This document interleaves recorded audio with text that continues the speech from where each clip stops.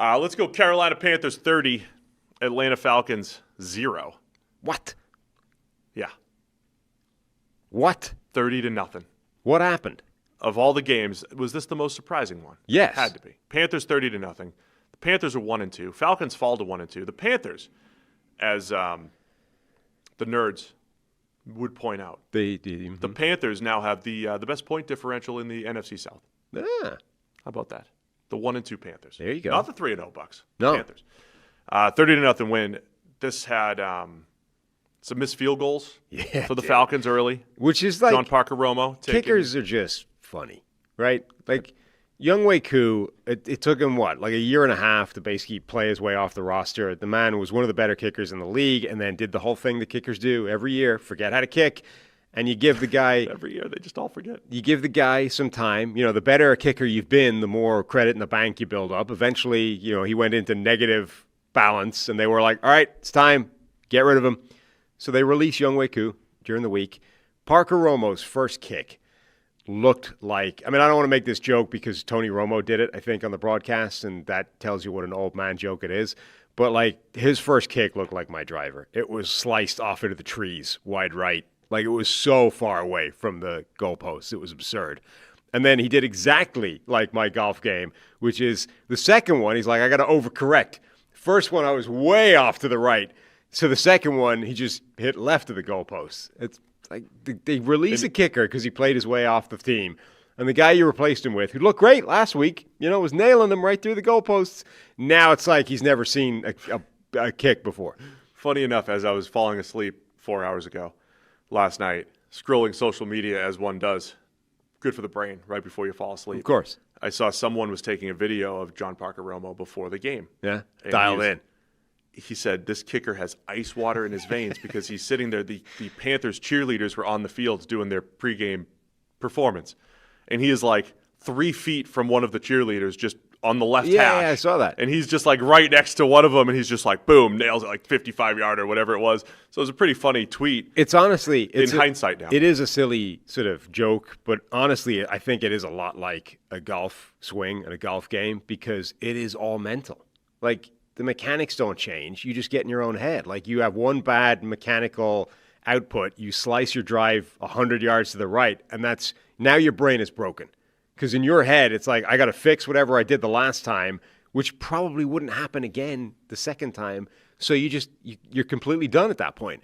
That's why, the guys that are legitimate, 10, 15-year kickers that don't forget how to kick are like gold dust because every one of these guys goes through a period of the yips, and it's all done. In this game, key plays here besides the missed field goals. 4th and 3 on the Atlanta 39. Bryce Young run a little pick/rub route to Tedero and McMillan for 23. That 4th and 3 set up.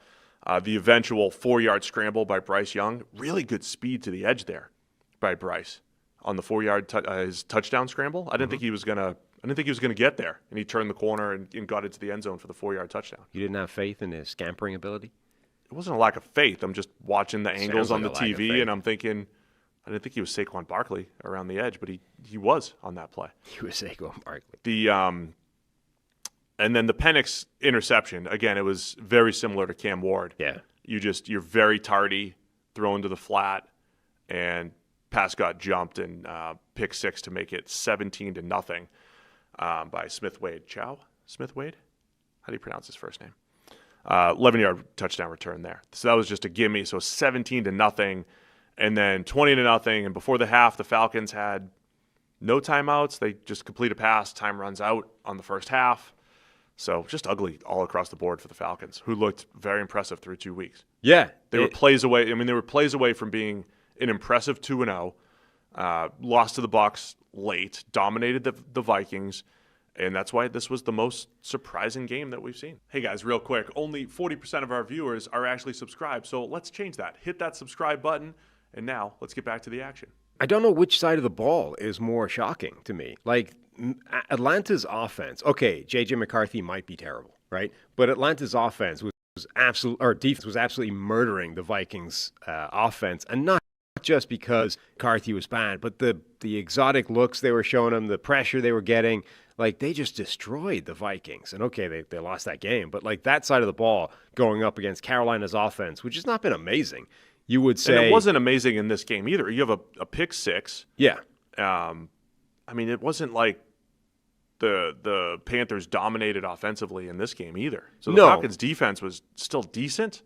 The offense is the more shocking part. To let you finish your thought. Yeah, but they definitely they had significantly better production than you would have thought, given the performance that they had against Minnesota. And then the other side of the ball, it's Carolina's defense, which did not look good at all for a long period of time, pitches a literal shutout and puts points on the board. There were, some things that went their way that we sort of suggested might be worth keeping an eye on. Like, for example, multiple veteran defensive linemen were hurt coming into this game, so they were forced to play the rookies, Nick Scorton and Princely Umanyalan, who hadn't really featured yet so far this season. They've been getting a handful of snaps each. Both guys had multiple pressures in this game. Scorton played almost the entire game as opposed to getting a handful of snaps. That dude looks, I was saying yesterday, he looks slim. Like, is it the number 11? That's why I was wondering. I was like, is this a combination of a new uniform and wearing number 11? But didn't he wear 11 at Texas A&M as well? Yeah. Like at 280 pounds, he wore number 11 and looked fat. Like, so it's not just number 11. But I was wondering, is he genuinely slimmed down? I hate when the list weight's like 20 to 25 pounds off the real weight. Scorton is weird because you had this career where at Purdue he was apparently like 265, and that was where he was really productive. Then he goes to Texas A&M, plays at 280 or 285, looks kind of fat and not that great, right? And then he comes out afterwards and says, no, I've slimmed down to 265 or whatever. There was this whole weird thing about what is his weight? Why was he ever at this weight? What is he going to play at the next level? He looks more like 265 than he did the 280 Nick Scorton, who was, I think, visibly not as good. And at 265, that guy's got some juice. He got pressures in this game. He played almost the entire game. We were saying, look, this might be a good thing to be forced to play the young rookies rather than the veterans that have been unproductive through a couple of weeks. Yeah, we'll see if that ends up paying off for Carolina as they or if they just immediately revert back to the veterans, which would be a shame. Because there's a chance, like with Derek Brown healthy and back out there this year versus last year, there's a chance that defensive front is better. We just didn't see it a ton in the first 2 weeks. So impressive win for Carolina. The second, Penix threw another interception late. It was 4th and 8. It was probably going to get jumped for a pick too, but the receiver fell down. But it's also 4th and 8, and you got Mike Jackson jumps it. That gave Carolina really good field position again there as well. Our friend Zach Robinson taking a lot of heat in all of our chats last night and today and in the comments and everything. I'm not sure exactly what's wrong with Atlanta's offense. I know, missing their starting right tackle. I think pass protection, like they were okay yesterday. There were times that it's faltered the first 3 weeks here. I think it's been a little bit worse overall at pass pro than it's been in recent years. They've generally been healthy and returned the same line for 3 straight years. And then missing Caleb McGarry to start the season, replacing him with Elijah Wilkinson. I think the guards have had some issues the first couple weeks. And then I thought we would see a more aggressive downfield passing attack from the Falcons, or more effective downfield passing attack. And Kyle Pitts has some moments where he looks really good still, and you're just not getting, Darnell Mooney was dealing with injury, and for whatever reason, they're lacking a little bit of rhythm, struggling in the red zone, and then, missing field goals doesn't help either. No, it certainly doesn't. And look, once you reach a certain point, this is the game flow thing. Well, you reach a certain point in the game where the score is out of control and the game script goes out the window and you just got to try and throw the ball and get back in it. It's definitely been, this has not been the performance from this offense or Michael Penix Jr. that we were expecting coming into the season. But it's like, I don't think anybody has a particularly good handle from the outside on what is causing these things. Look at the revisionism that's happening at the moment in Houston, right? Bobby Slowick was the fall guy. He was the problem last year. Bobby got fired, and all of a sudden it looks the same, if not worse. And now people, yesterday on Twitter, there's a whole bunch of people that are like, I'm sorry, Bobby, all is forgiven. Like, You know what I mean? So is this Zach's fault? Is it Michael Penix's fault?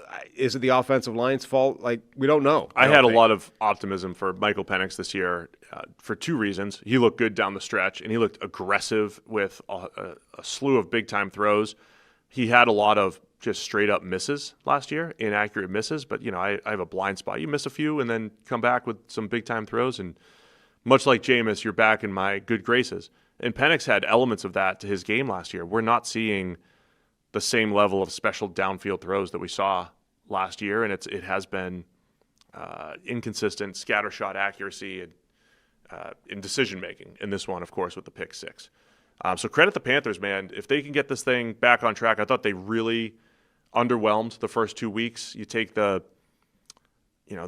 it was kind of garbage time against Arizona, it felt like, their comeback in week 2. But the last 6 quarters now, if you start adding those up, Carolina moving in the right direction.